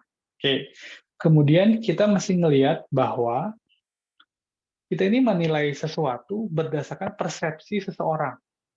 Oke, kita mengasumsikan bahwa orang-orang itu ya itu peduli sama kondisi lingkungan di rumah. Oke, padahal nggak demikian. Oke, orang-orang sebenarnya nggak begitu peduli sama lingkungan loh. Tapi itu nggak bisa dijelaskan menggunakan HPM. Karena kita bilang bahwa price itu merupakan fungsi dari lingkungan. Apakah yakin? Ya anggap aja kayak gitu. Ya, itu asumsi kuat dari hedonic pricing method. Kemudian kata-katanya adalah this method is relatively complex. Katanya sulit nih, tapi relatif sulit. Kenapa? Karena harus menggunakan statistical method. Kenapa kita harus meregrade? Oke, tapi besok deh. Pakai Excel bisa nggak? Bisa, pakai Excel juga bisa. Ya, selama variabelnya sedikit, kita masih bisa pakai Excel. Tapi kalau variabel udah panjang, ya kayaknya Excel-nya nanti tertatih-tatih. Kalau memungkinkan, kita coba pakai statistical tools kali ya pekan depan ya. Mudah-mudahan sempat. Oke. Dan semakin datanya semakin banyak, semakin bagus. Tugas, lewatin aja. Oke, sip lah tugas lah. Tahapan penggunaan HPM. Oke. Pertama, cari data dulu. Sama aja kayak TCM ya Pak. Iya. Pasti ngumpulin data. Data apa? Satu, data properti pasti. Kita butuh data harga properti kalau mau menganalisis menggunakan hedonic price method. Oke. Kita dapat ini rumah, data. Kemudian ngapain? Kita cari kondisi karakteristik dari data ini. Berapa luasnya? Oke. Bagaimana aksesnya? Oke. Bagaimana kondisi lingkungannya? Oke, kita cari datanya untuk masing-masing properti. Kalau teman-teman bisa scraping dari OLX gitu ya, atau dari rumah123.com, maka itu udah dapat tuh data dari karakteristik lahan. Ada harga penawaran, kemudian ada luasnya berapa, ada luas tanah berapa, luas bangunan berapa, kemudian mungkin ada bangunan tahun berapa dia, jumlah kamar mandi, jumlah toilet, ada parkir apa enggak. Itu kalau teman-teman bisa scraping data, udah dapat. Setidaknya data ini udah beres. Oke. Nanti kalau mau analisis lebih lanjut, ya kita mesti nilai nih. Berapa jauh dia dari mall terdekat. Berapa jauh dia dari rumah sakit terdekat.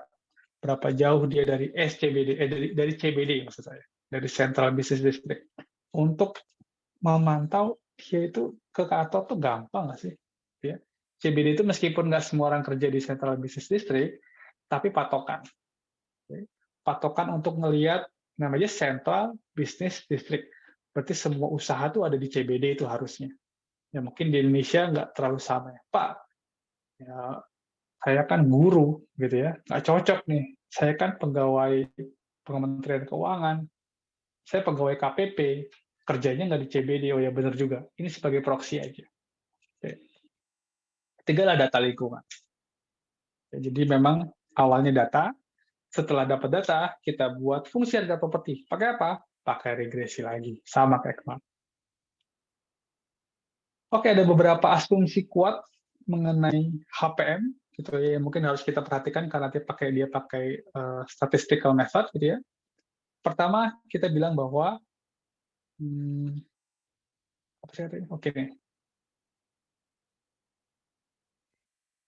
pembeli, gitu ya, itu mencerminkan hedonic price function. Artinya ini asumsi yang tadi saya bilang bahwa pembeli itu sangat mempertimbangkan kondisi lahan, kondisi akses, dan kondisi lingkungan secara bersamaan. Oke. Jadi kita menganggap si buyer ini cerdas. Ya, dia memperhitungkan lahan, memperhitungkan akses, dan memperhitungkan lingkungan. Supaya kita bisa bilang bahwa harga itu dipengaruhi oleh lingkungan loh. Yang kedua, buyers itu nggak punya budget duit.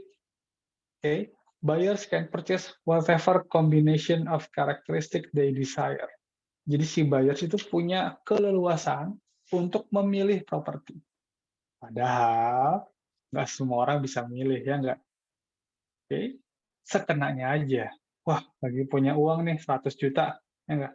Ya udahlah, kita yang penting punya rumah dulu nih, daripada ntar dipakai, daripada ngontrak habis nanti nggak punya rumah, gitu ya.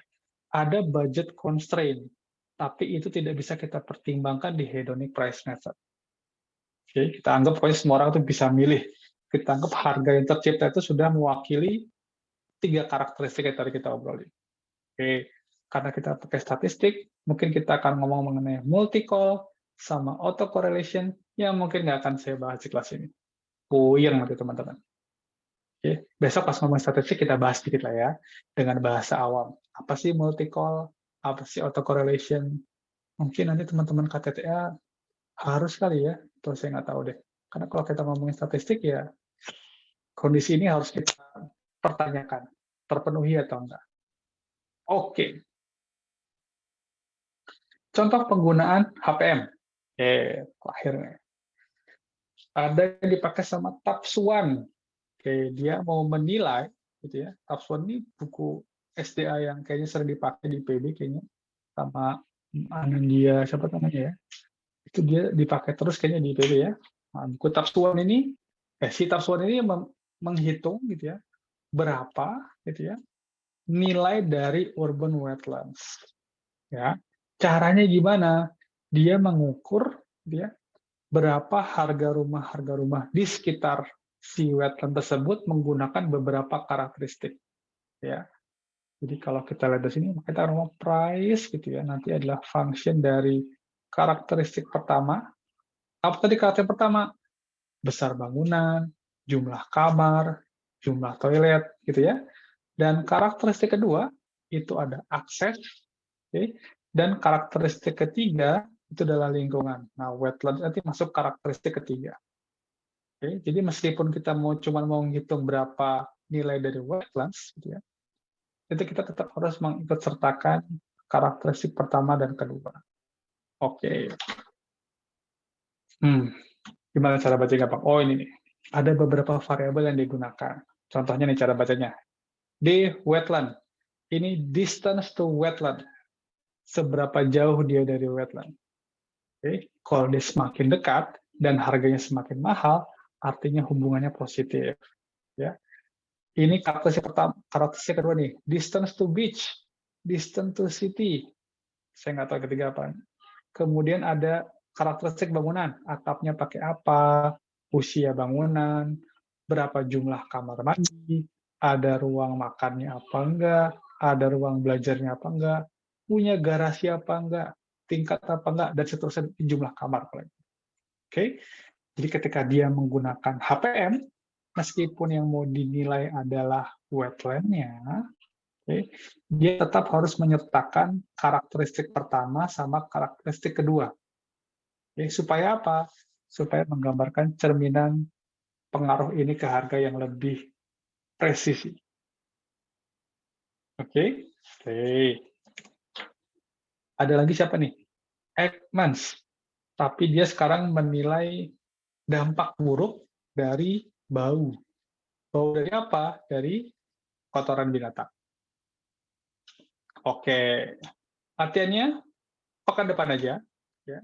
Tapi kita bisa latihan sangat sederhana nih. Oke, sangat sederhana. Ini ada rumah dengan 4 kondisi seperti ini. Sekarang kita punya ada view ke hutan, ada pemandangan. Kemudian ada factory, ada pabrik, dan juga ada traffic. Oke. Misalnya adalah variable of interest kita. 1, 2, 3. Dan kita sudah tahu harga rumahnya. Dan salah satu bisa jawab. Sekarang kalau saya tanya, berapa sih, ya kalau teman-teman disuruh, berapa sih valuasi, berapa sih nilai dari pemandangan berdasarkan ilustrasi ini? Pemandangan yang hijau-hijau ini, pepohonan, view or tree. Berapa value-nya teman-teman? 25.000 ya, Pak? 25.000. Dapat dari mana? Itu Pak, yang defaultnya 125.000 tanpa pemandangan dan tanpa apa-apa itu Pak. Terus kalau ketambahan view jadi nambah 25.000 lagi Pak. Oke. Ini adalah contoh penerapan hedonic pricimeter yang paling sederhana. Oke, kita bandingkan 2 rumah. Yang satu, ya mungkin nggak ada rumah kayak nomor, ini kayaknya nggak ada nih rumah kayak gini. Rumah di tengah gurun kali yang nggak ngerti saya. Tapi ini ilustrasi aja. Oke. Rumahnya aja itu harganya 125.000. Oke. Tapi kalau rumah tersebut bisa diangkat gitu ya, kita taruh di tempat yang dekat dengan pemandangan, dekat dengan pepohonan, harganya jadi 150.000. Oke, maka kita bisa bilang bahwa saat teman-teman tanya, berapa jadi value dari view atau pepohonan ini? Oh, dia 25.000 US dollar. Kenapa? Karena rumah yang tadinya nggak punya pemandangan, itu harganya 25.000 lebih rendah. Oke? Oke. Sekarang saya mau tanya yang, jangan, yang ini dulu. Berapa untuk traffic? Berapa cost of traffic?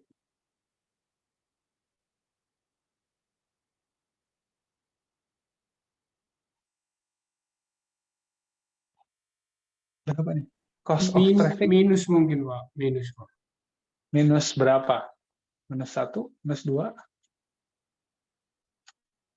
Minus berapa, bro? 25. 12.500, Pak.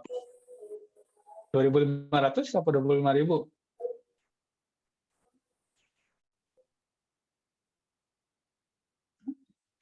$12.500, Pak.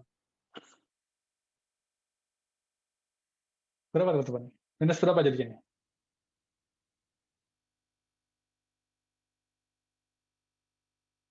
Minus 25.000. Ya, Mas Pugu ngomong. Kok saya nggak kedengeran di sini?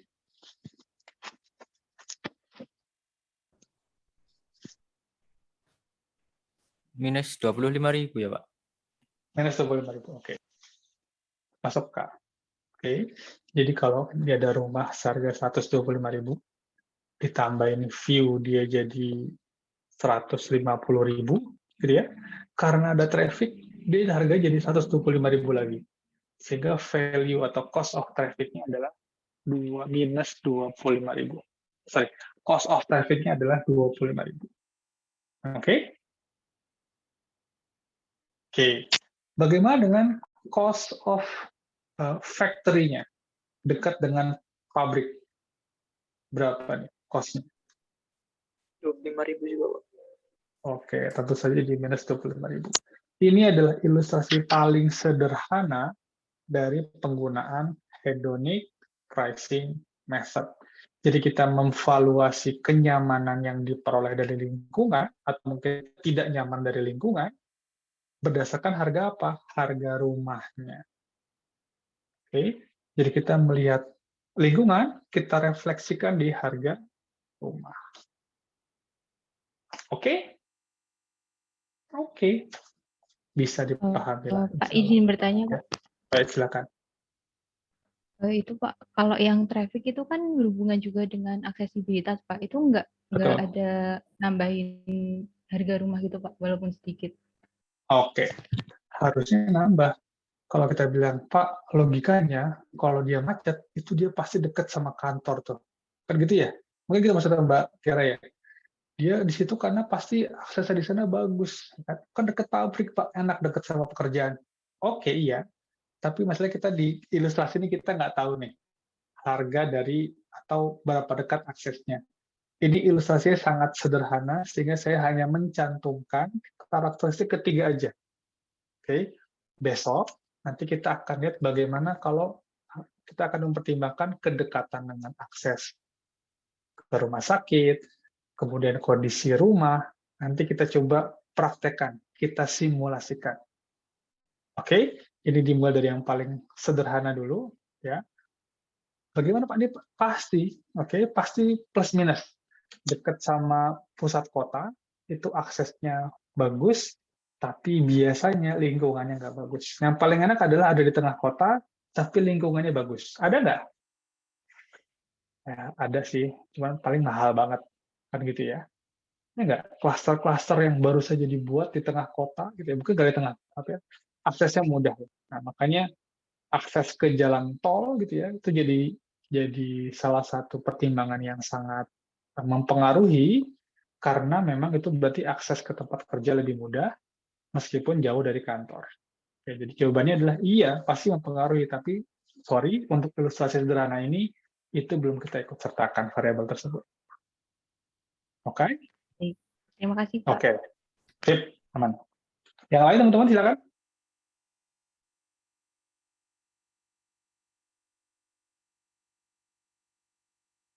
Cukup? Oke deh, cukup deh kalau gitu deh. Cukup kan? Kita lanjut lagi pekan depan. Oke? Oke, nggak masalah. Makasih buat atensi teman-teman. Pekan depan kita coba lanjut pakai stimulasi. Oh iya, foto dulu, foto. Sorry. Foto ya. Saat yang mau keluar, silakan. Oke.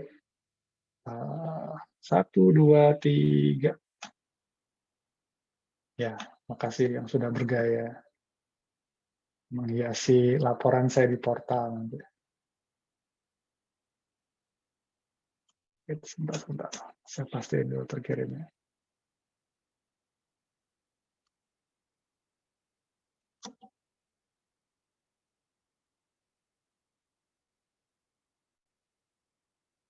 Oke, sip. Thanks teman-teman. Kalau gitu kelasnya saya tutup. Kita ketemu lagi pekan depan di hari Senin. Mudah-mudahan ya Mas Yogi ya. Terima kasih. Selamat siang. Assalamualaikum warahmatullahi wabarakatuh. Waalaikumsalam. Terima kasih, Pak. Waalaikumsalam. Terima kasih, Pak. Oke, sama-sama.